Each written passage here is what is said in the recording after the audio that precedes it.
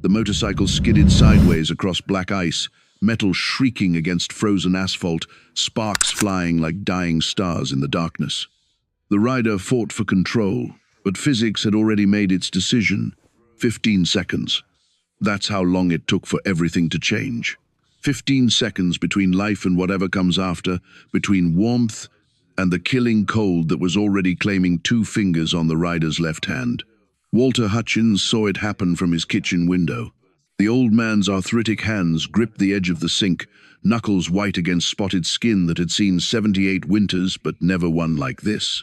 The storm had come out of nowhere, a monster born from clear skies, transforming the highway into a death trap in less than an hour. The Weather Service was calling it a once-in-a-century event. The kind of storm that would be studied, analyzed, blamed on climate patterns and jet streams and things Walter didn't pretend to understand. What he understood was this. People were dying out there. The first motorcycle went down hard at the curve near his property line, then a second, then a third. Walter counted them through the window, his breath fogging the glass, his heart hammering against ribs that felt more fragile with each passing year. 15 riders total, all struggling against wind that screamed like something wounded, against snow that came down so thick you couldn't see 20 feet ahead. He didn't think. Thinking would have meant staying inside, staying safe, minding his own business like he'd done for the past 5 years since Margaret died. Thinking would have meant letting strangers handle their own problems. Thinking would have kept him warm and alive and completely, utterly alone. Walter grabbed his coat instead. The cold hit him like a physical assault the moment he opened the door. -15 before the wind chill, and the wind was doing terrible things to that number. His lungs seized. His eyes watered instantly, tears freezing on his weathered cheeks. The snow was already 6 inches deep on his porch, drifts building against the north side of the house where the wind drove them like a sculptor working in white. He stepped off the porch into a world that had gone completely insane. The wind tried to push him back, tried to send him sprawling, tried to make him understand that an old man had no business being out here. Walter leaned into it, boots crunching through snow, making for the road where the motorcycles had stopped. Some riders had managed to stay upright. Others were picking themselves up from falls that could have killed them. All of them were in trouble. Serious trouble. Hypothermia doesn't wait for permission. It doesn't care about leather jackets or tough attitudes or the fact that you're only 30 miles from your destination. At these temperatures, with this wind, exposed skin freezes in minutes. Extremities go first. Then core temperature starts dropping. Confusion sets in. Then the shivering stops, which is when you know you're dying. The body gives up, shuts down, accepts the cold like an old friend. Walter reached the first rider, a woman whose face shield was completely iced over. She was trying to get her bike upright, gloved hands slipping on the handlebars, movements already sluggish, too sluggish. She'd been out here too long. "Leave it!" Walter shouted over the wind. His voice sounded small, insignificant against the storm's rage. "Leave the bike. You need to get inside." She turned toward him, probably not even seeing him clearly through the ice. "Who the hell are you?" "Someone trying to keep you alive. My house is right there, 50 yards. You can make it." "What about my bike? What about your life?" Walter grabbed her arm, felt her trying to pull away. "Listen to me. You've got maybe 10 minutes before you can't walk anymore. Maybe 20 before you can't think. After that, you're done. Now move." Something in his voice must have cut through her cold-addled brain because she stopped resisting, nodded, started trudging toward the house, with Walter supporting her weight. The other riders were watching now, uncertain, suspicious. A group of 14 strangers in leather and patches, standing on a frozen highway in the middle of nowhere, trying to decide whether to trust an old man they'd never met. Pay attention now, because this is where everything changes. A massive figure stepped forward from the group, easily 6'4", 260, with a beard that had icicles hanging from it. His eyes were hard, calculating, running threat assessments the way men who've lived dangerous lives learn to do. Walter recognized that look. He'd worn it himself once, in another life, in jungles that were hot instead of frozen but just as eager to kill you. "Your house got room for all of us?" The big man's voice was a rumble, barely audible over the wind. Walter looked at the 15 riders, then back at his small farmhouse, then at the storm that showed no signs of letting up. Math wasn't his strong suit anymore, but he could count 15 people, 3 bedrooms, 1 living room, kitchen, basement if it came to that. It would be tight. It would be chaos. It would be nothing like the quiet, empty existence he'd built for himself after Margaret's funeral. "It'll have to," Walter said. "Now stop asking questions and start moving before we all freeze to death out here having a conversation." The big man studied him for another long moment, then nodded. "All right." He turned to the others, his voice carrying authority. "You heard the man. Grab your emergency gear. Leave the bikes. We'll come back for them when this clears." "If it clears," someone muttered. But they were already moving. Walter led them toward his house. 15 souls following an old man through a storm that wanted them dead. The distance wasn't far, but it felt infinite. The wind fought them for every step. The snow came down so thick it was like walking through a solid white wall. Twice, Walter lost his footing on ice hidden beneath the snow. Both times, strong hands caught him before he went down. They reached the porch like shipwreck survivors reaching shore. Walter's hands shook so badly he could barely work the door handle, finally got it open. Warmth poured out, blessed and almost painful against frozen skin. They piled inside, 15 riders and 1 old man, filling Walter's entryway with bodies and snow and the smell of leather and motor oil and desperation. Walter slammed the door against the storm. The sudden silence was deafening. Just the sound of heavy breathing, dripping water, and the house's old furnace working overtime to compensate for the heat loss. Nobody spoke for a long moment. They just stood there, adjusting to being alive, to being warm, to being saved. The woman Walter had grabbed first pulled off her helmet. She was younger than he'd expected, maybe early 30s, with short, dark hair plastered to her skull with sweat and melted snow. Her lips were blue. Her hands shook violently as she tried to unzip her jacket. "Thank you," she said quietly. Her eyes met his. "I mean it, thank you." Walter nodded, suddenly uncomfortable with the gratitude. "Get those wet layers off. All of you. I'll get the fireplace going and find some dry clothes." The big man who'd spoken outside extended a hand. "Name's Jake Reeves. This is my crew. We're heading to Denver for a memorial run. Friend of ours died last month. We were trying to beat the storm." Walter shook the offered hand, felt the crushing strength in it, the calluses that spoke of manual labor and hard living. Walter Hutchins. "And you didn't beat it?" "No," Jake said with a grim smile. "We did not."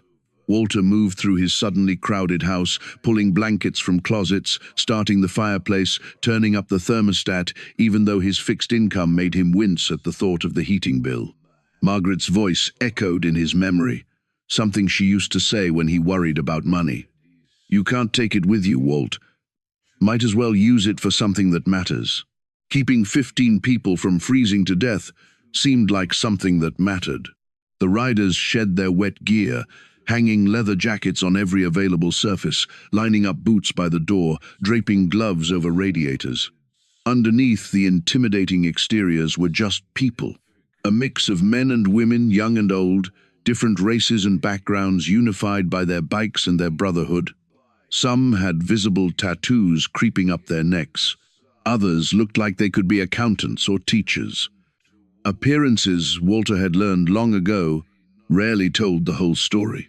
A younger rider, maybe mid-20s with bright red hair and a nose ring, approached Walter in the kitchen.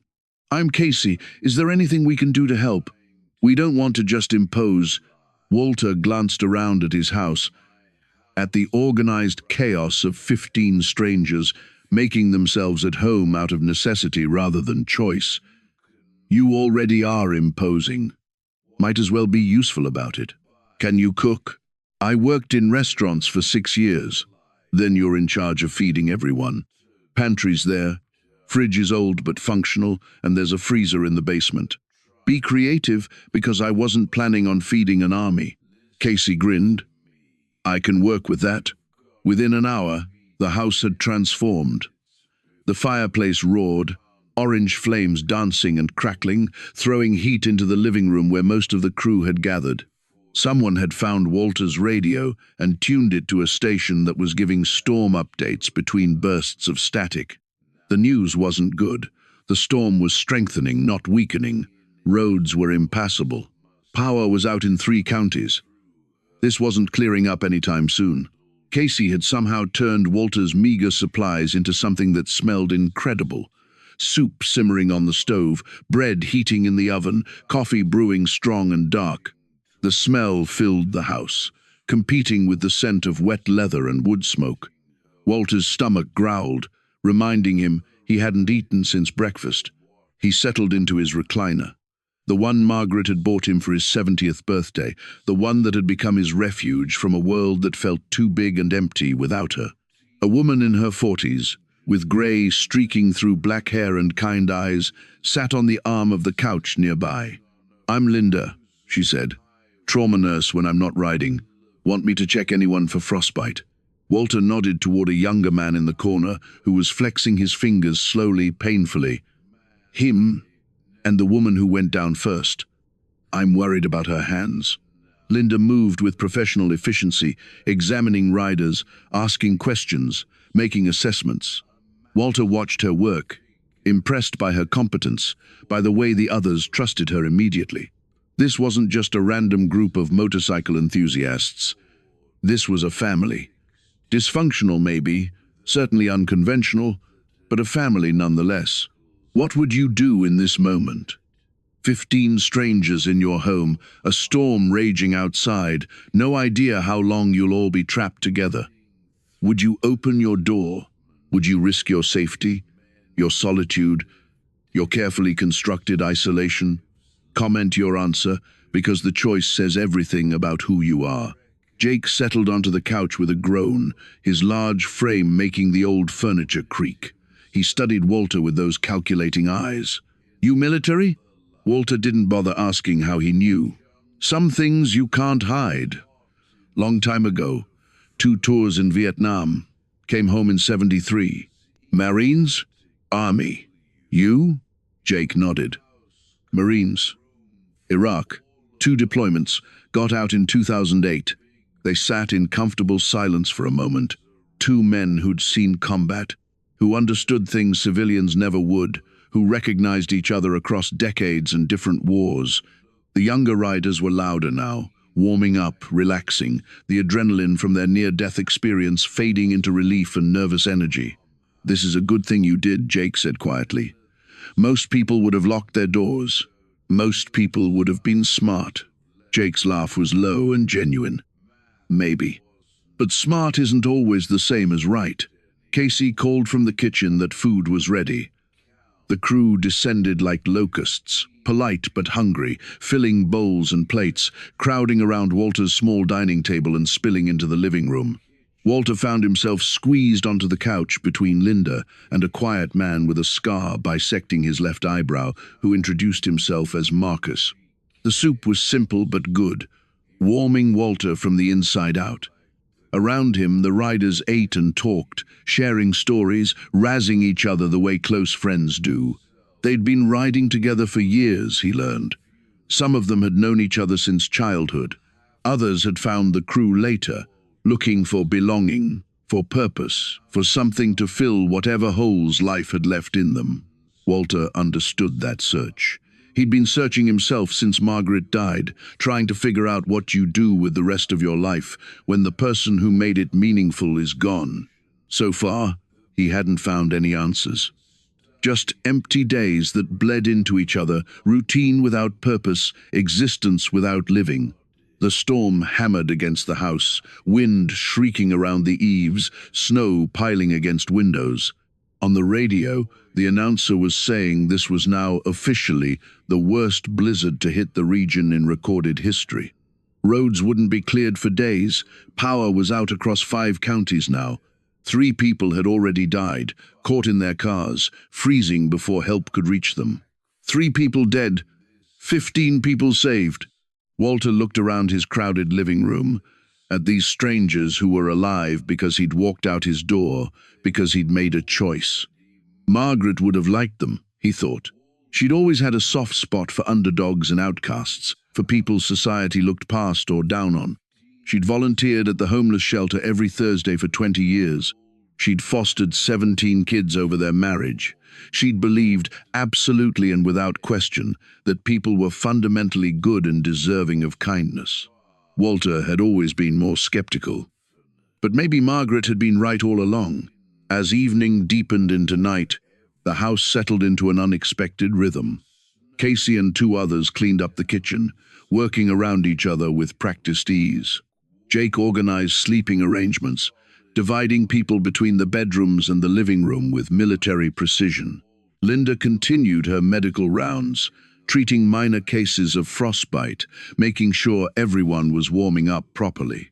Walter found himself relegated to his own recliner, a guest in his own home, watching this strange, temporary family make themselves comfortable. A young man with tattoos covering both arms had found Walter's old guitar in the closet and was playing softly, classic rock songs that Walter recognized from his youth. Others sang along. Someone laughed. The sound was startling in a house that had been silent for 5 years. Marcus, the quiet man with the scarred eyebrow, sat on the floor near Walter's chair. "You live here alone?" Walter nodded. "5 years now. Wife passed. I'm sorry. It is what it is." Walter surprised himself with the words. He'd been angry at Margaret for dying, angry at the universe for taking her, angry at himself for not being able to prevent it. But somewhere along the way, that anger had mellowed into acceptance. She was gone. He remained. Life continued. Whether you wanted it to or not, this house must feel empty, Marcus said. "It does. Not tonight, though. No, not tonight." They sat in companionable silence while the guitar played and the wind howled and the fire crackled. Walter's eyes grew heavy. He'd been up since 5 that morning, his usual routine of coffee and regrets and watching the sunrise through the kitchen window. It had been a day like any other until it wasn't. Until a storm came and 15 strangers appeared. And suddenly his empty house was full of life again. He must have dozed off because when he opened his eyes again, the room was darker. Most of the crew had retired to the bedrooms or claimed spots on the floor with sleeping bags they'd brought from their bikes. The fire had burned down to embers. Jake was adding another log, moving quietly, trying not to disturb anyone. "You should get some real sleep," Jake said, noticing Walter was awake. "Take your bed. We're fine out here." "This is my chair." Walter shifted, trying to find a comfortable position that his 78-year-old body would tolerate for a few hours. "I've slept worse places. Haven't we all?" Jake settled onto the couch, his large frame somehow fitting into the small space. "Storm's supposed to peak around 3 a.m., then another 18 hours before it fully clears. So we're stuck here until at least tomorrow night. Looks that way." Jake was quiet for a moment. "I want you to know we appreciate this. What you did today, you saved lives. I just opened my door. Sometimes that's enough." But Jake was right, wasn't he? Sometimes opening your door, literally or metaphorically, was the most important thing you could do. Sometimes the smallest actions rippled outward in ways you couldn't predict or measure. Sometimes one choice changed everything. Walter closed his eyes again and let sleep take him. He dreamed of Margaret. Not the wasted, cancer-ravaged version from her final days, but Margaret as she'd been at 40, vibrant and alive, laughing at something he'd said, her hand warm in his. In the dream, she looked at him with those eyes that had always seen straight through his defenses. "You did good today, Walt," she said. "I'm proud of you." He woke with tears on his cheeks. The house was silent except for snoring from multiple directions and the continued assault of the storm outside. Walter's watch read 2:47 a.m. His back ached, his neck was stiff, His bladder was making urgent demands. He extracted himself from the recliner with difficulty, joints popping and protesting, and made his way to the bathroom. When he returned, someone was sitting at the kitchen table in the darkness. Casey, the red-haired cook, nursing a cup of something hot. Walter hesitated, then joined her. "Can't sleep?" Walter kept his voice low. Casey shook her head. "Never can during storms. When I was a kid, a tornado hit our town. Killed my mom and little brother. I was at school, they were home. Now storms make me anxious. I'm sorry." The words felt inadequate, the way they always did in the face of real tragedy. "It was 20 years ago. You'd think I'd be over it by now. You never get over losing people you love." Walter spoke from experience. "You just learn to carry it differently." Casey looked at him with eyes older than her years. "Is that what happened to you, your wife?" "Cancer. Took 18 months from diagnosis to the end. 18 months of watching her fade, of hospitals and treatments that didn't work, of hope dying by degrees." He paused. "I wasn't as strong as she was. When it was over, I just wanted to disappear." "Is that why you're out here alone?" "That's why I'm out here alone." They sat in comfortable silence, two people carrying their dead, understanding without words the weight of loss. Outside, the storm reached its crescendo, wind screaming like something alive and furious. The house shuddered. Windows rattled. For a moment, Walter wondered if the old structure would hold. It held. By dawn, the worst had passed. The wind calmed to a steady blow instead of a shriek. The snow still fell but lighter now, fat flakes drifting down instead of driving horizontally. The radio announced that the storm was moving east, leaving behind record snowfall and a death toll that had climbed to 7. 7 dead, 15 saved. The house woke gradually. Riders emerging from bedrooms and sleeping bags, stumbling toward the kitchen where Casey had somehow produced pancakes and bacon from Walter's sparse supplies. The smell was incredible. Appetites that had been merely present last night were ravenous this morning. The body's response to survival, to making it through the night, to still being alive. Jake took charge again, organizing a team to dig out the front door, which had drifted shut overnight. Another team volunteered to clear a path to the road. Marcus and 2 others offered to shovel the roof, worried about the weight of accumulated snow.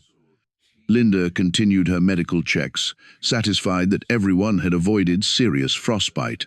Walter watched them work, these strangers who had become temporary family, and felt something shift in his chest. Something that had been frozen for 5 years was starting to thaw. The day passed in organized chaos. The snow finally stopped around noon, leaving behind a transformed world. Everything was white and pristine and deadly beautiful. The temperature remained brutal, hovering around 0, but the wind had died down to occasional gusts. On the radio, officials were saying roads might start opening in 24 to 36 hours. Jake made some calls on a satellite phone he'd pulled from his gear, checking in with the club's main chapter, updating them on the situation, assuring worried families that everyone was safe. Walter listened to one side of the conversations, heard Jake's voice soften when he talked to someone named Sarah, who was apparently his daughter. "Everyone's fine," Jake said. "We found shelter. This old man, he took us in when he didn't have to, saved all our lives." Walter turned away, uncomfortable with being called a hero. He wasn't a hero, he was just someone who'd opened a door. But sometimes that was enough. Evening came again, the second night of their unexpected cohabitation. The crew was restless now, cabin fever setting in, missing their bikes and their freedom and the road. But they adapted. Someone found a deck of cards and started a poker game. The guitar came out again. Casey worked more culinary magic with ingredients that shouldn't have combined into anything edible but somehow did. Linda sat with Walter while he ate, her kind eyes studying him. "How are you holding up?" "I'm fine." "You're not fine. Nobody who lives alone like this is fine." Walter set down his fork. "What do you want me to say?" "I want you to tell me the truth. When was the last time you had people in this house?" "Margaret's funeral." 5 years ago." After everyone left, I closed the door and didn't open it again. Stopped answering phone calls. Stopped going to town unless I absolutely had to. Just shut down. That's not living. That's dying slowly. Maybe I wanted to die slowly. Walter heard the bitterness in his own voice. Maybe I didn't see the point of continuing without her. And now? Now 15 bikers are using my towels and eating my food and sleeping in my house. I don't know what I think anymore. Linda smiled. That's progress. Is it? Yes. Because for 5 years, you've been certain about everything. Certain you wanted to be alone. Certain life wasn't worth engaging with. Certain you were better off isolated. Now you're uncertain. That means something's changing. Was something changing? Walter wasn't sure. But he felt different than he had 3 days ago. The house felt different. The silence he'd wrapped himself in had been shattered, and he didn't entirely hate it. Jake approached with a satellite phone. Want to call your kids? Let them know you're okay? Walter hesitated. His relationship with his children was complicated. His daughter Rachel lived in California and called once a month out of obligation. His son Tom lived 2 towns over, but they barely spoke, old arguments and resentments creating distance that geography couldn't explain. But Linda was watching him with those knowing eyes, and Jake was holding out the phone, and maybe it was time to stop being certain about things. He took the phone, called Rachel first. She answered on the 3rd ring, her voice tight with worry. Dad? Oh, thank goodness. I've been trying to reach you for 2 days. The news said that area got hammered by the storm. I'm fine, honey. House is fine. Actually, I've got some people staying with me. Motorcycle club got caught in the storm. I gave them shelter. Silence on the other end. Then Rachel's voice, higher pitched with surprise. You did what? You invited strangers into your house? They were dying, Rachel. What was I supposed to do? I don't know, this isn't like you. The hermit act has been your thing for years. Maybe it was time to stop acting like a hermit. Another pause. Then Rachel's voice, softer now, almost emotional. I think that's good, Dad. I think that's really good. They talked for 20 minutes, really talked. Not just the surface-level exchange of information that had characterized their calls for years. Rachel told him about her job, her kids, her divorce that was almost final. Walter told her about Margaret's garden, which had gone wild but still bloomed every spring.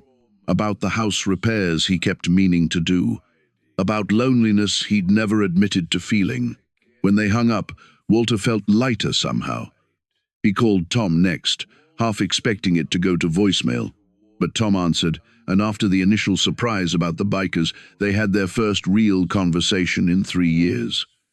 It wasn't perfect. Old wounds don't heal that fast. But it was a start.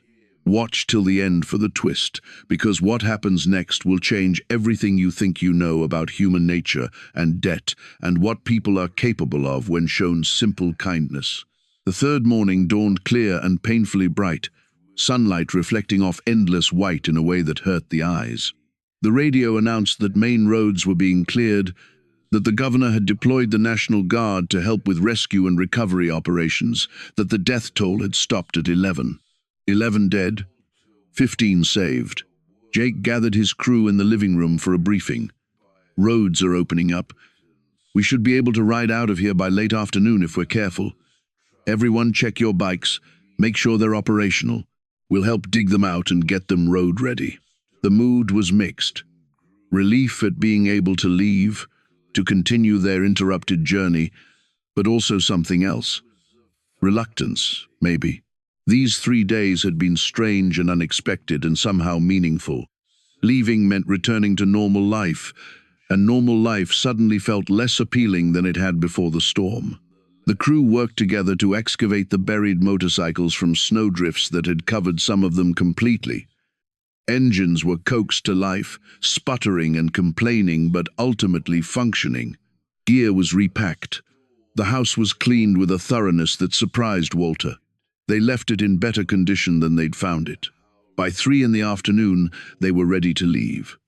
15 motorcycles lined up in Walter's driveway, engines rumbling, riders suited up in their leather and patches.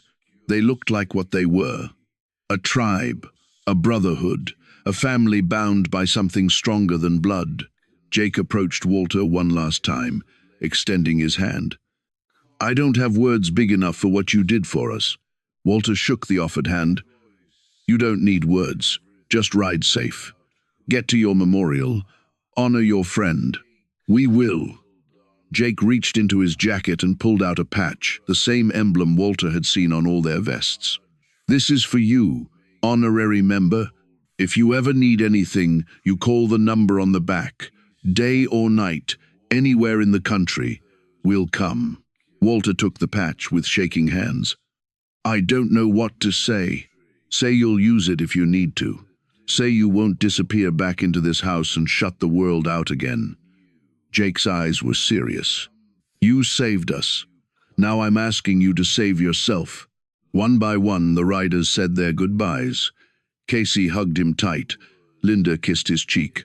Marcus shook his hand firmly. Each one thanked him. Each one meant it. And then they were mounting their bikes, engines revving, leather-clad warriors preparing to ride out into the frozen world. They left in formation, a perfectly coordinated procession down Walter's driveway, onto the snow-packed road, disappearing into the distance. The sound of their engines faded gradually, swallowed by the vast silence of the winter landscape. And then Walter was alone again in his empty house with melting snow on his floor and dishes in his sink and the lingering smell of leather and coffee. The silence felt oppressive now. Wrong. The house that had felt like a refuge for 5 years felt like a prison. Walter looked at the patch in his hands, at the phone number written on the back, at this symbol of connection and brotherhood that had been freely given. He pinned it to his jacket. Then he called his daughter again. "Rachel, I was thinking, maybe I could come visit next month. Meet the grandkids properly, not just FaceTime calls. Spend some time together." Her delighted response made his eyes burn with tears he didn't try to hide. He called Tom next, suggested they have lunch, really talk, try to work through whatever had broken between them. Tom agreed, sounded hopeful. Said he'd like that. Walter spent the rest of the evening cleaning, putting his house back in order, but he didn't close the curtains like he usually did. He left them open, left the lights on, made the house visible to anyone passing by. A beacon instead of a tomb. He slept better that night than he had in 5 years. But Walter Hutchins couldn't know, that his story was far from over. Because news travels fast in the motorcycle community. Jake had told his chapter about the old man who'd saved 15 lives. That chapter told others. Within 24 hours, the story had spread to every biker club in a 5-state radius. And bikers, despite their rough exterior and society's prejudices, operate on a code that's absolute and unbreakable. A debt had been incurred. And debts must be repaid. 4 days after the storm, Walter woke at dawn like always, made his coffee like always, settled into his recliner with the newspaper like always. But when he glanced out the window, he froze. Coffee sloshed over the rim of his mug, burning his hand, unnoticed. There were motorcycles in his driveway, dozens of them. No, not dozens, more, way more. They lined both sides of the road, filled his yard, parked in organized rows that extended as far as he could see, and they were still arriving. The rumble of engines filled the morning air, a sound like rolling thunder as more bikes appeared from both directions. Walter set down his coffee and walked to his front door on legs that felt unsteady, opened it, stepped onto his porch into crisp morning air and stared at the impossible scene before him. 100 motorcycles, maybe more, maybe 150. Riders standing beside their bikes, all wearing their colors, all watching his house, watching him. The sheer number of them was overwhelming, intimidating, completely surreal. A figure stepped forward from the assembled crowd. Jake Reeves, looking somehow larger than life in the morning sun. He walked up to Walter's porch steps, his boots crunching through snow, and when he spoke his voice carried across the silent crowd. "Mr. Hutchins, 4 days ago you saved 15 lives. You opened your door when you didn't have to. You showed kindness when the world was showing cruelty. In our community that means something. That means everything." Jake gestured at the assembled riders. "Word got out about what you did. These people represent 23 different clubs from 5 states.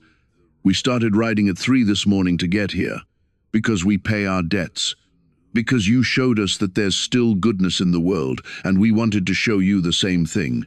Walter's mouth opened, but no words came out. His mind couldn't process what he was seeing. Another rider stepped forward, a woman in her 50s with silver-streaked hair and hard eyes that had softened around the edges. "I'm Rachel Stone. I run a construction company. Jake told me your porch is rotting, that your roof needs work, that your heating system sounds 50 years old. We're going to fix it. Today. All of it." A massive man, easily 6 to 5 and built like he bench-pressed motorcycles, moved forward next. "I'm Dutch, master electrician. Saw your wiring. It's a fire hazard. We're updating the whole system." One by one, riders introduced themselves, listed their skills, explained what they were going to do. Carpenters and plumbers and roofers and painters, mechanics and electricians and craftsmen of every variety. They'd brought tools and materials, loaded on trailers, pulled behind some of the bikes. They'd organized into teams before even arriving, dividing the labor, planning the work with military precision. "Mr. Hutchins," Jake said quietly, "we're going to make your house right, and we're not taking no for an answer." Walter found his voice, though it came out rough and broken. "I can't pay you all. I'm on a fixed income. I don't have that kind of money." "Nobody's asking for money." A young woman with bright blue hair stepped forward. "We're asking for permission. Will you let us do this?" And that's when Walter broke. 78 years of keeping it together, of being strong, of handling things himself, of never asking for help from anyone. It all shattered like ice under a hammer. Tears spilled down his weathered face. And he didn't try to stop them, didn't care that 100 strangers were watching him cry. "Yes," he whispered. Then louder, "Yes, thank you." What happened next seemed impossible, like something from a movie, not real life. The massive group broke into organized teams with practiced efficiency.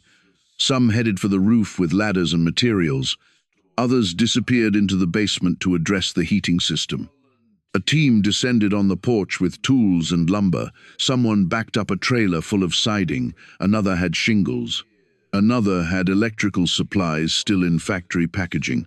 Walter stood on his porch in a daze, watching his property transform into a construction site. But it wasn't chaos. It was coordinated, professional, purposeful. These weren't amateurs playing at home improvement. These were skilled tradespeople who did this work for a living, now doing it for free because an old man had opened his door during a storm. Rachel Stone approached with a clipboard, every inch the professional contractor. "Okay, Mr. Hutchins, let's do a full assessment. What else needs fixing?" Walter took her through the house, pointed out the leaking pipe under the kitchen sink he'd been meaning to address, the window in the back bedroom that didn't close properly, the basement steps that were crumbling, the water heater that made concerning noises. The list went on. Each item, something he'd noticed and ignored, small deteriorations he'd let slide, because what was the point of maintaining a house he was just dying in anyway? Rachel wrote it all down. Then she looked at him with those knowing eyes. "We're fixing all of it. By the end of today, this house will be in better shape than it's been in 20 years. I don't understand why you're doing this. Because you saved 15 people without asking what you'd get in return. Because kindness deserves kindness. Because we take care of our own, and you became one of ours the moment you opened your door." By mid-morning, the work was in full swing. The sound of power tools and hammering filled the air, punctuated by shouted instructions and occasional laughter. The roof crew had torn off the damaged sections and was laying new shingles with impressive speed. The porch had been completely dismantled, Rotted wood replaced with fresh lumber that smelled of sawdust and potential. Inside, the electrical team had opened walls, run new wire, installed a modern breaker box that actually met code. The plumbers were addressing every leak, every drip, every problem Walter had ignored.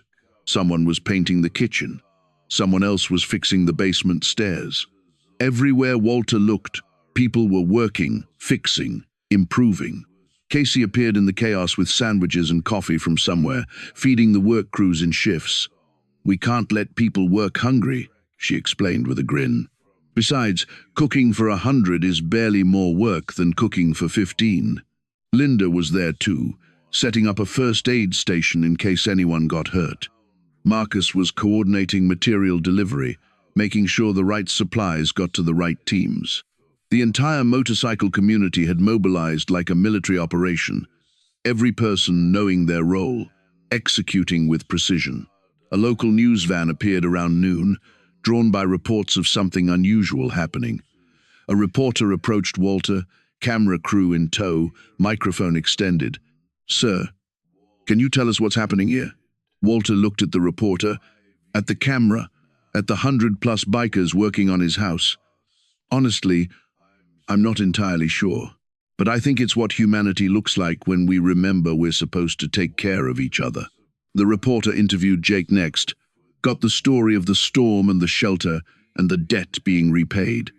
Got footage of the work crews, the coordinated effort, the sheer scale of the operation. That night, Walter's story would lead the local news. By the next morning, it would be picked up nationally. Within a week, it would go viral online, shared millions of times, a story people needed to hear in a world that often felt dark and divided. But Walter didn't know any of that yet. He just watched in awe as his house was transformed. By late afternoon, the major work was done. The new roof was complete, professionally installed, guaranteed to last 30 years. The porch was rebuilt, solid and safe, with railings that didn't wobble and steps that didn't creak. The electrical system was updated throughout, switches and outlets replaced, everything up to modern code. The plumbing was fixed. The water heater was new. The heating system had been completely replaced with a high-efficiency unit that would cut his utility bills in half. But they didn't stop there. Someone had noticed his driveway was crumbling and repaved it. Someone else had replaced his ancient mailbox with a custom one made of wrought iron. The fence line that had been falling down was repaired and painted. The gutters were cleaned and sealed. Every window was checked, caulked, made weather-tight. Rachel Stone found Walter sitting on his new porch steps, overwhelmed by what he was witnessing. She sat beside him, both of them watching the final teams pack up tools. "How much would all this have cost if I'd hired it done?" Walter asked quietly. Rachel did quick math in her head. "Materials alone, probably 40,000. With labor, you're looking at 75 to 80,000 easy. Maybe more." Walter's breath caught. "That's more than I have. That's more than I'll ever have. And yet here it is, done and paid for. Because you gave 15 people shelter in a storm." Rachel put a hand on his shoulder. "That's not a bad return on investment. I just opened my door. Sometimes that's the most valuable thing you can do." As the sun started its descent toward the horizon, painting the snow-covered world in shades of orange and gold, the work crews finished. Tools were loaded. Materials were hauled away. The property was cleaned up until it looked better than it had before the work started. And then the riders gathered one final time, 100 souls united in purpose, standing in formation in Walter's newly paved driveway. Jake stepped forward, holding something wrapped in leather.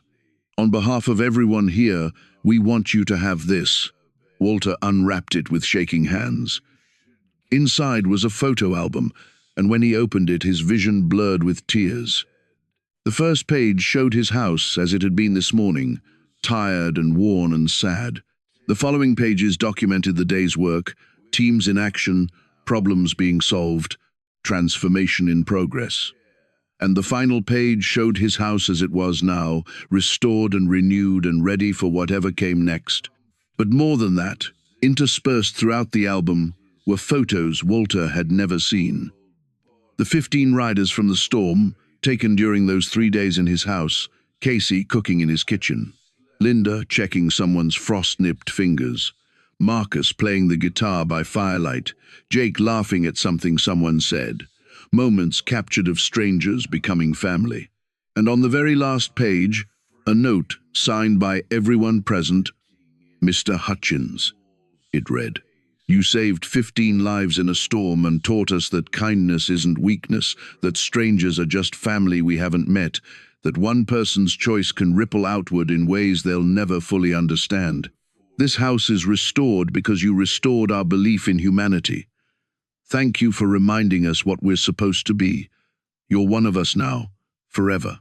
Walter held the album against his chest, tears streaming freely now, not caring who saw, not caring about maintaining the tough exterior he'd worn for 78 years. These people had given him more than home repairs. They'd given him back his life. One by one, the riders said their farewells. Handshakes and hugs and promises to stay in touch. Casey gave him her phone number, made him promise to call if he needed anything. Linda left him a first aid kit, fully stocked, professional grade. Marcus gave him a new guitar to replace the battered old one, said he'd come back in a month and they'd play together. And then they were mounting their bikes, engines roaring to life in symphony, a sound like thunder rolling across the frozen landscape. They departed in formation, a procession of 100 motorcycles, leaving Walter standing on his new porch watching them go. The sound faded gradually, swallowed by distance and snow, and the vast winter silence. Walter stood there long after they'd gone, watching the empty road, holding the album, feeling the patch over his heart. The house behind him was solid and warm and renewed. The isolation he'd wrapped himself in for 5 years had been shattered completely, and he was grateful. He called Rachel in California that night, told her the whole incredible story. She listened in amazement, asked questions, and then went quiet for a long moment. "Dad, I'm proud of you." Her voice was thick with emotion. "For the first time since Mom died, I'm really, truly proud of who you're being. I'm just trying to figure out how to live again. That's all any of us can do." He called Tom next. Got a similar reaction. Amazement, pride, hope. His son suggested coming by that weekend, bringing his family, maybe staying for dinner. Real connection after years of distance. Walter agreed, said he'd like that, meant it. The weeks that followed were different than any Walter had known in 5 years. He didn't retreat back into isolation, didn't close the curtains and hide from the world. Instead, he left them open, kept lights on, made his house visible, a beacon. The story hit the news like Jake had said it would. Local first, then regional, then national. Reporters called asking for interviews. Morning shows wanted him as a guest. The story resonated with people tired of division and hatred, people who needed to be reminded that goodness still existed. Walter did some interviews, told his story, emphasized that he wasn't a hero, just an old man who'd opened his door. But people saw him as a hero anyway, and maybe that was okay. Letters started arriving. Hundreds of them. From across the country, from around the world. People sharing their own stories of kindness, given or received. People thanking him for reminding them what humanity could be. People who'd been inspired to make different choices, to help instead of looking away, to open their own doors. One letter came from a woman in Oregon who'd been contemplating ending her life. "Your story made me realize I'm not alone," she wrote, "that there's still good in the world, that maybe I should stick around to see what happens next. Thank you for saving my life without knowing you were doing it." Walter kept that letter. Read it when the nights felt long, when the ghosts of the past crowded too close, when he questioned whether any of this mattered. It mattered. One choice, one open door, ripples spreading outward in ways he'd never fully comprehend. Jake and his crew became regular visitors. They'd stop by every few weeks on their way to or from various rides, always bringing food, always with stories. always treating Walter like the family member he'd become. Casey brought her new boyfriend to meet him, nervous as any daughter introducing a partner to her father. Marcus came by monthly to play guitar, the two of them working through old rock songs on Walter's porch while the seasons changed. Linda checked on him like a nurse with a favorite patient, making sure he was taking his medications, eating properly, engaging with life. "You're doing good," she told him 6 months after the storm. "Really good. Margaret would be proud." "I hope so." Walter looked at the photo of his wife on the mantel, forever frozen at 63, forever smiling. "I'm trying. That's all we can do. Try. Keep trying. Never stop trying." Rachel visited from California that summer, bringing Walter's grandchildren for a week. The house filled with noise and chaos and joy, kids running through rooms that had been silent, laughter echoing off walls that had only known sadness. Walter taught them to fish in the pond on his property, told them stories about their grandmother. Let them be loud and messy and exactly what kids should be. On the last night of their visit, Rachel sat with her father on the porch, watching the sunset paint the sky in brilliant colors. "You're different, Dad." She said it gently. "I mean that in the best way. You're present now, engaged, alive. I was barely surviving before." Walter watched his grandchildren chase fireflies in the yard. Then a storm came, and everything changed. I changed. Do you regret it? Opening your door that night? Walter thought about it, really thought about it. Opening his door had ended his isolation, had forced him back into the world, had obligated him to feel and connect and risk being hurt again. It would have been easier to stay hidden. Safer. Simpler. "Not for a second," he said. "Best decision I ever made." Tom came by regularly now, their relationship slowly healing through consistent effort and honest conversations. They worked on projects together, repaired what had been broken between them, built something new on the foundation of their shared history. It wasn't perfect. Some hurts went too deep for complete healing, but it was better. So much better. A year after the storm, the motorcycle club threw an anniversary party at Walter's house. 50 riders showed up, including all 15 from that original night. They roasted a pig in Walter's yard, played music, told stories, celebrated the strange way they'd all found each other. It was loud and chaotic, and everything Walter's life hadn't been before. He loved it. Jake pulled him aside as the party wound down, the two men standing in comfortable silence, while others laughed and ate and lived. "You know what you did, don't you? You changed all of us." "I opened my door." "You did more than that." Jake's voice was serious. "Casey's back in school working on her degree. Linda started a program helping at-risk kids learn medical skills. Marcus reconnected with his daughter after 15 years of silence. Everyone who was in that house during the storm is doing better now. Living better. Being better. Because I gave you shelter. Because you showed us that strangers can become family. That kindness compounds when you give it freely. That one person's choice can ripple outward further than they'll ever know." Jake put a hand on Walter's shoulder. "You started something that night. Something that's still spreading." Walter looked around at the assembled riders, at the makeshift family that had formed from impossible circumstances, at the life that had bloomed from isolation. Maybe Jake was right. Maybe that night had been more significant than he'd understood. Maybe opening your door really was the most important thing you could do. 2 years after the storm, Walter was diagnosed with heart disease. Not immediately life-threatening, the doctors said, but serious. He'd need medication, lifestyle changes, regular monitoring. He was 79 now, and 79-year-old bodies broke down. That was just reality. He called his kids first. Then he called Jake. Within hours, his house was full of concerned visitors. Linda came with a medical bag, checked him over with professional thoroughness, explained his treatment plan in terms he could understand. Casey brought food for his freezer, meals he could heat up easily. Marcus offered to stay with him for a few weeks, help him adjust. "You don't have to do that," Walter protested. "I can manage." "We know you can." Linda's voice was firm. "But you don't have to. That's the whole point. You're not alone anymore." And he wasn't. The isolation that had nearly killed him 5 years ago was gone, replaced by connections so strong they felt unbreakable. He had his kids back in his life. He had the motorcycle family. He had purpose and meaning and reasons to wake up every morning. The treatment worked. 6 months later, his doctors were impressed with his progress. "You're responding better than expected," his cardiologist said. "Whatever you're doing, keep doing it."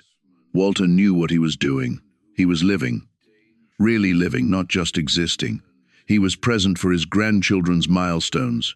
He rode as a passenger on Marcus's bike sometimes, feeling the wind and the freedom and the pure physical joy of movement. He volunteered at the community center, teaching woodworking to kids who needed positive role models. He'd become exactly what Margaret had always wanted him to be, engaged with the world instead of hiding from it. 3 years after the storm, Casey got married. She asked Walter to walk her down the aisle. Her father had abandoned the family when she was young, she explained. "You've been more of a dad to me than he ever was." Walter stood in an ill-fitting tux that Jake had helped him pick out, watching Casey approach in her wedding dress, and felt his heart swell with pride and love. This woman who'd been a stranger 3 years ago was family now. Real family. The kind that chose each other instead of being bound by biology. He walked her down the aisle with tears in his eyes, handed her off to a young man who clearly adored her, and took his seat in the front row between Linda and Marcus. The ceremony was beautiful. The reception was loud and joyful, and exactly what a celebration should be. Walter danced with Casey, with Rachel, with his granddaughter. Danced until his old knees protested, and Linda made him sit down. "You're going to hurt yourself," she scolded fondly. "I'm living." There's a difference. 4 years after the storm, on a cold November morning that felt eerily similar to that fateful day, Walter woke to the sound of motorcycles. He smiled before he even looked out the window, knowing what he'd see.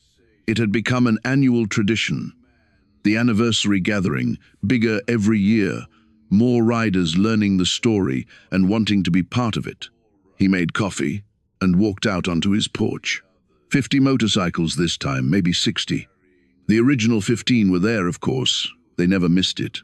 But also newer members, younger riders who'd heard the story and been inspired by it, who wanted to be part of this strange family built on kindness and storms and open doors.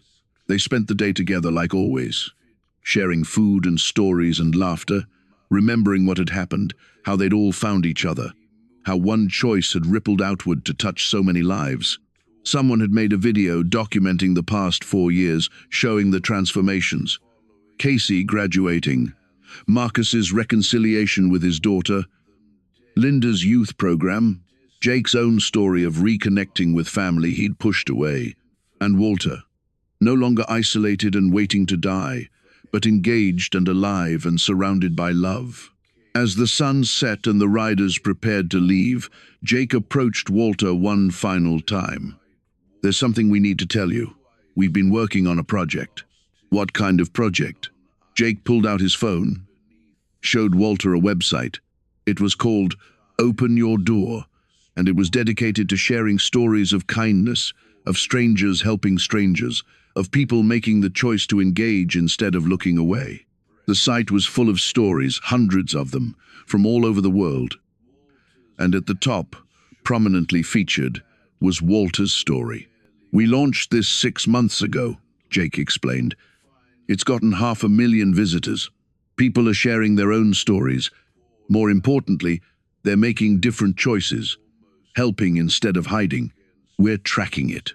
There have been 17 documented cases of people taking in strangers during emergencies because they read your story and wanted to do the same thing.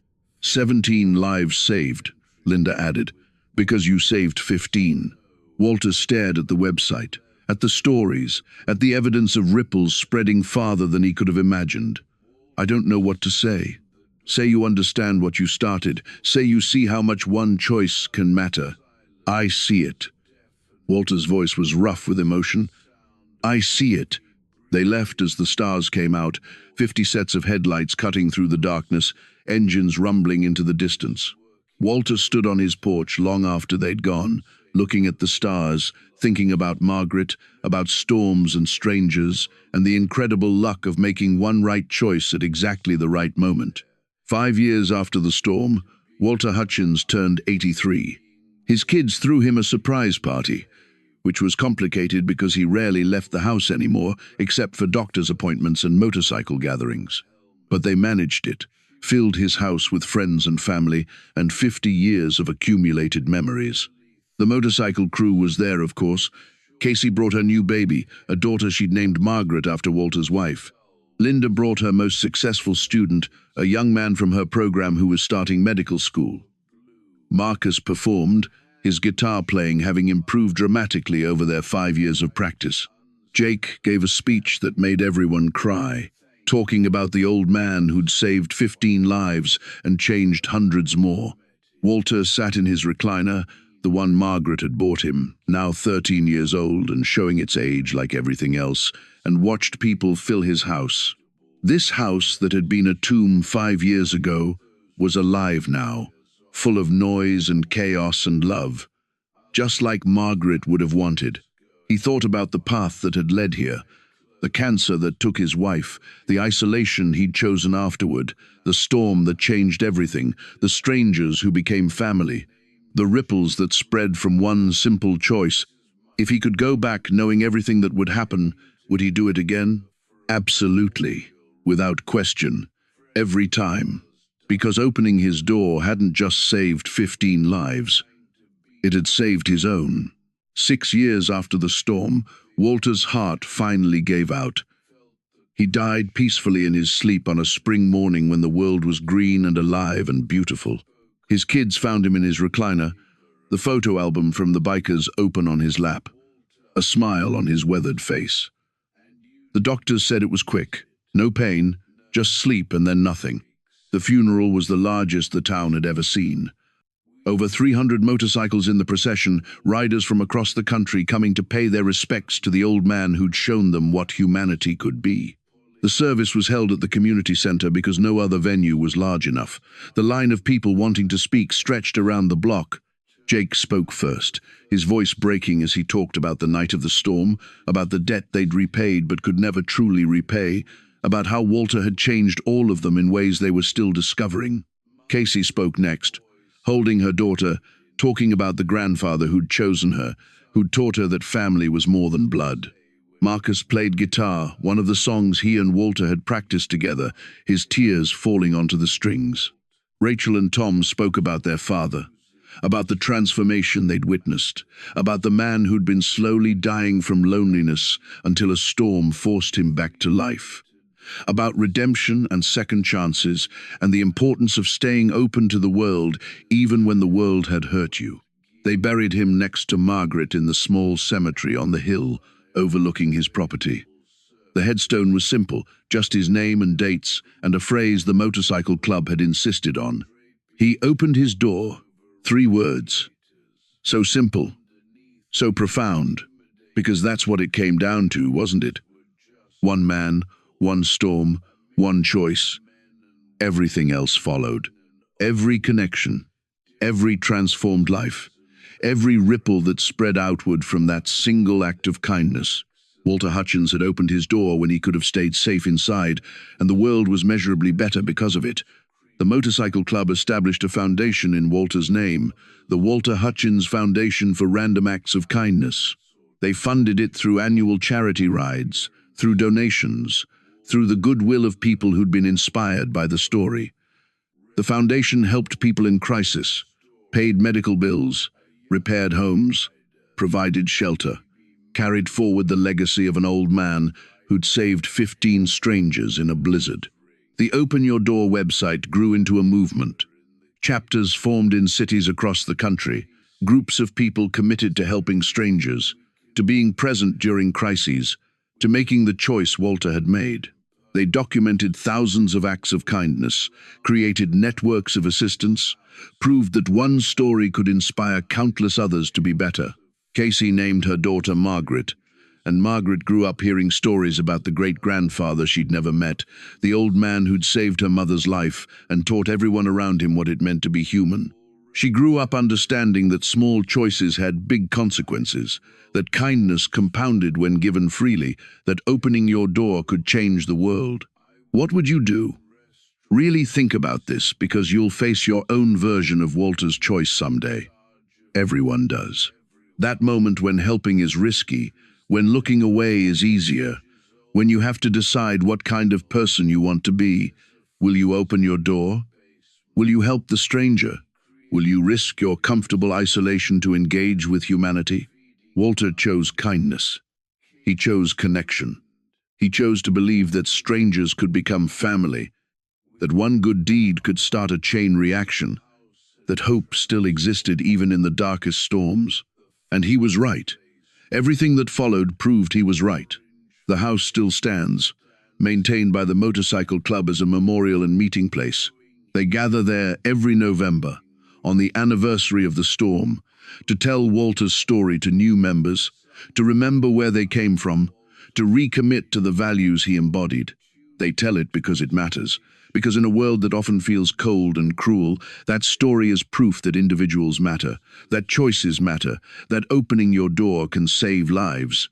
10 years after the storm, a massive blizzard hit the same region.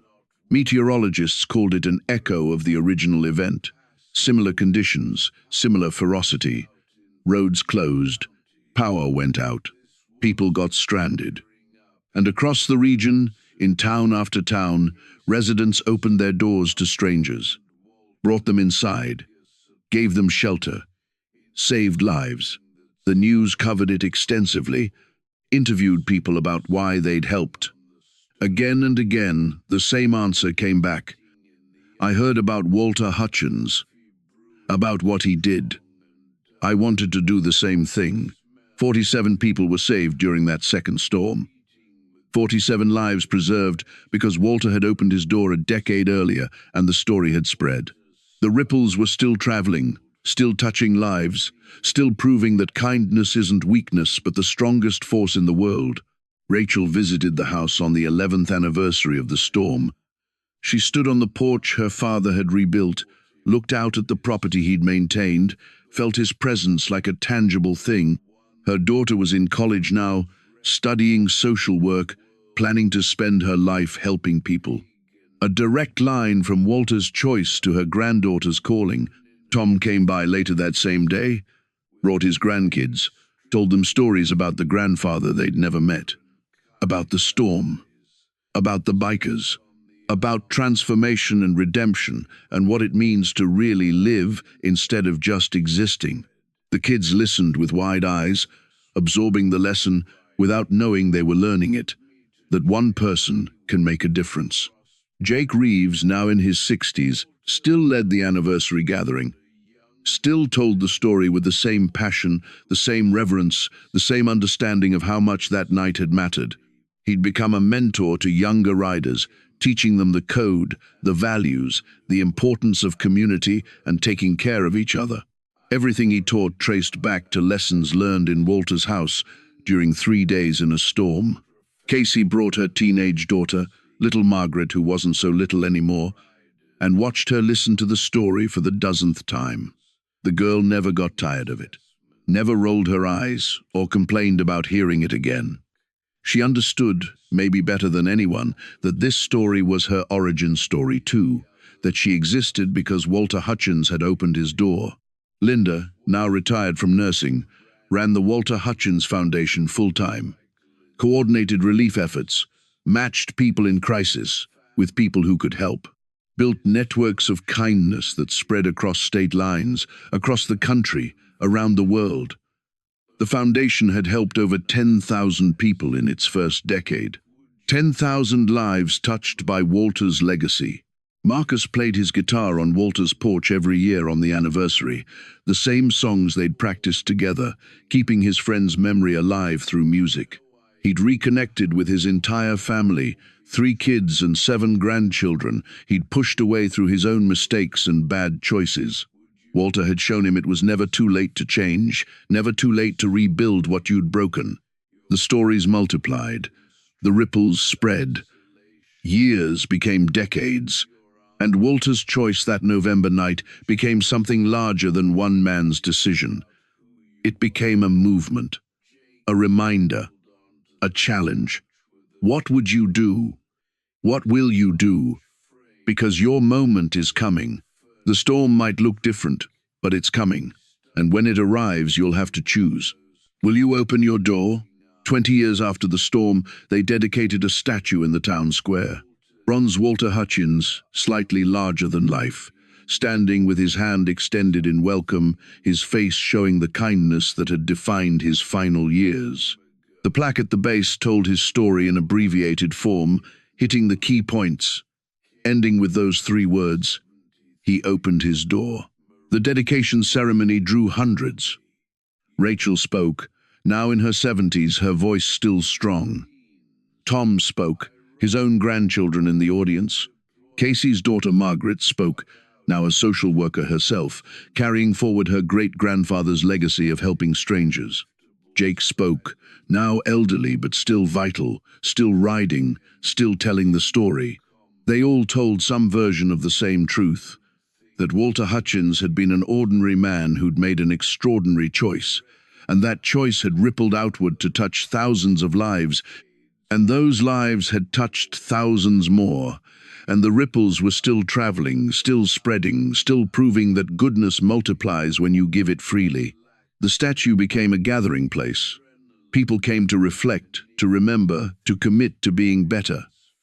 Came when they faced hard choices.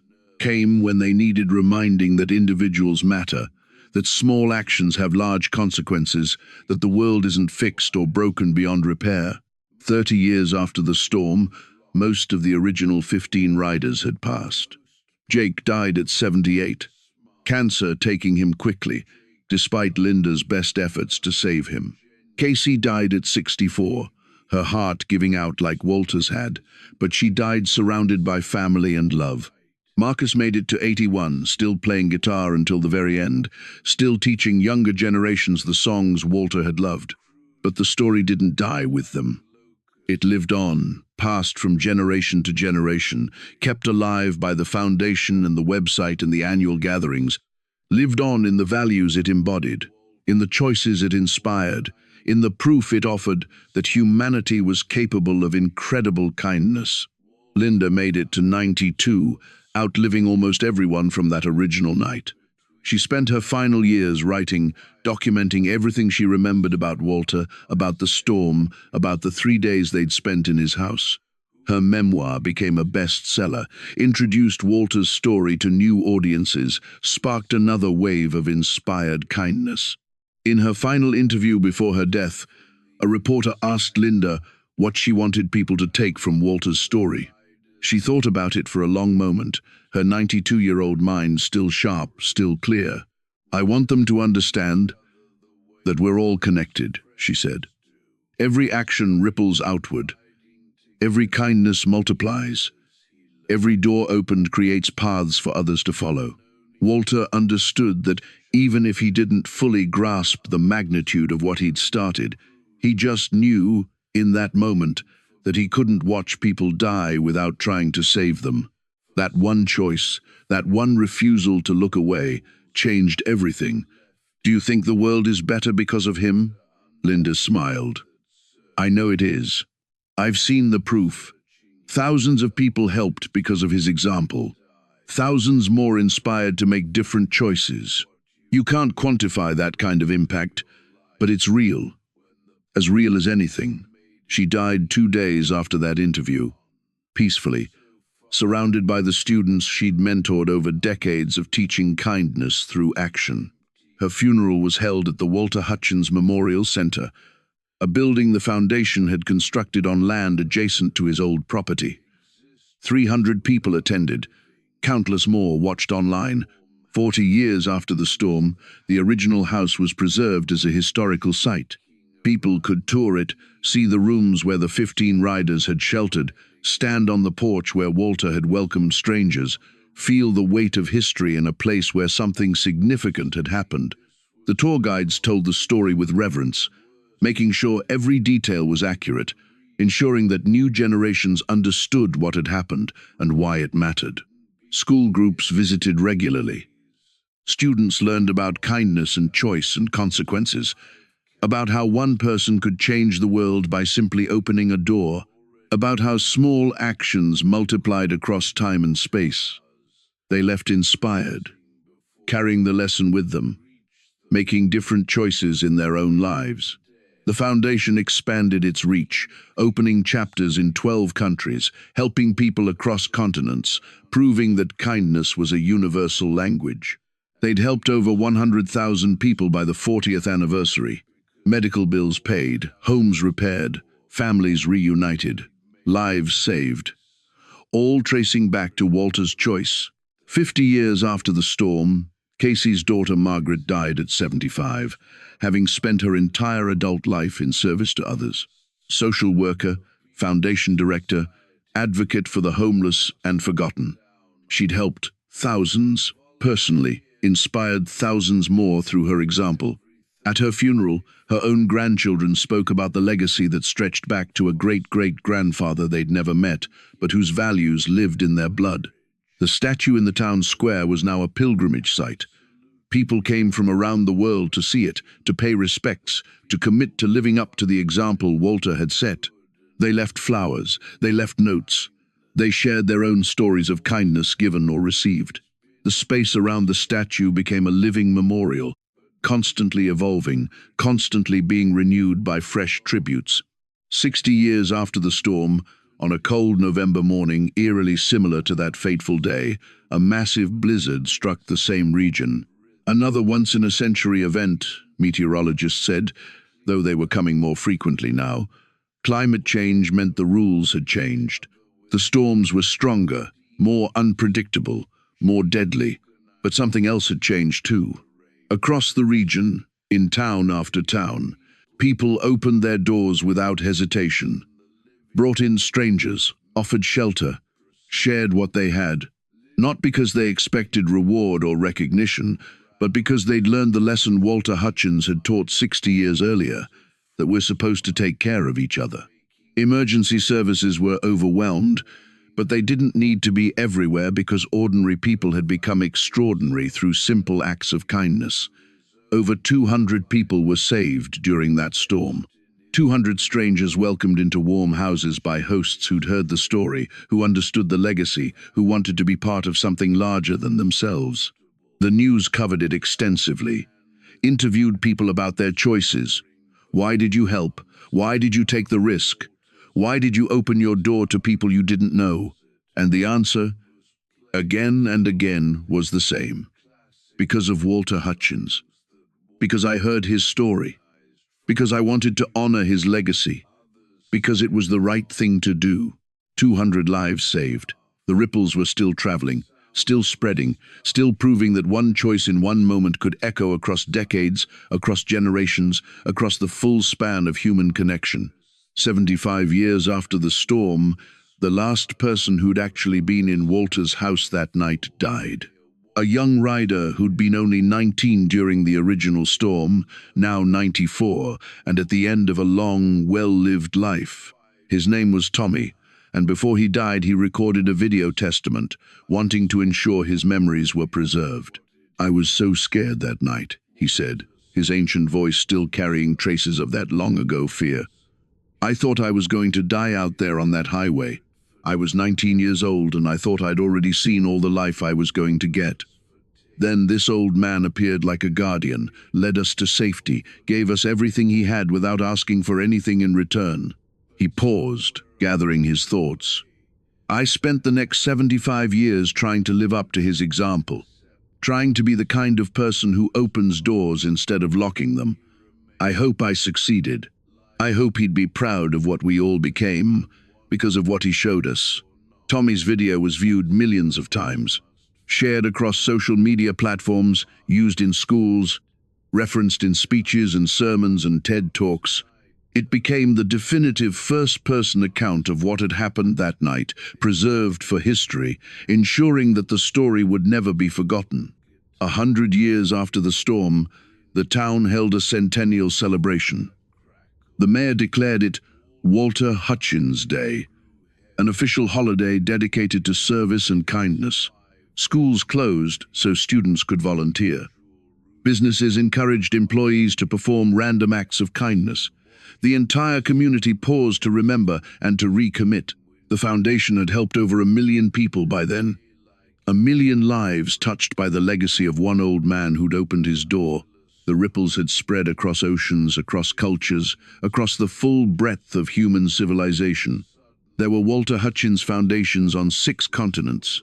The story had been translated into 47 languages. Universities studied it as an example of how individual actions create social change. But more than that, the story lived in the everyday choices of ordinary people.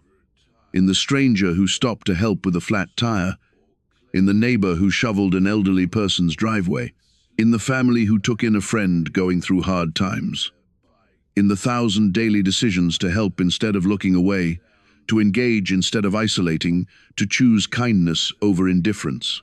That was Walter's real legacy. Not the foundation or the statue or the historical site, though all of those mattered. His real legacy was the proof that individual choice matters, that small actions multiply across time, that opening your door when you could stay safe inside is the most important thing you can do. So here's the question one final time. What will you do when your storm comes? Because it's coming. Life guarantees that much. You'll face your moment, your choice, your chance to be someone's Walter Hutchins. Will you open your door? Will you help the stranger? Will you risk connection over safety? The answer says everything about who you are and who you want to be.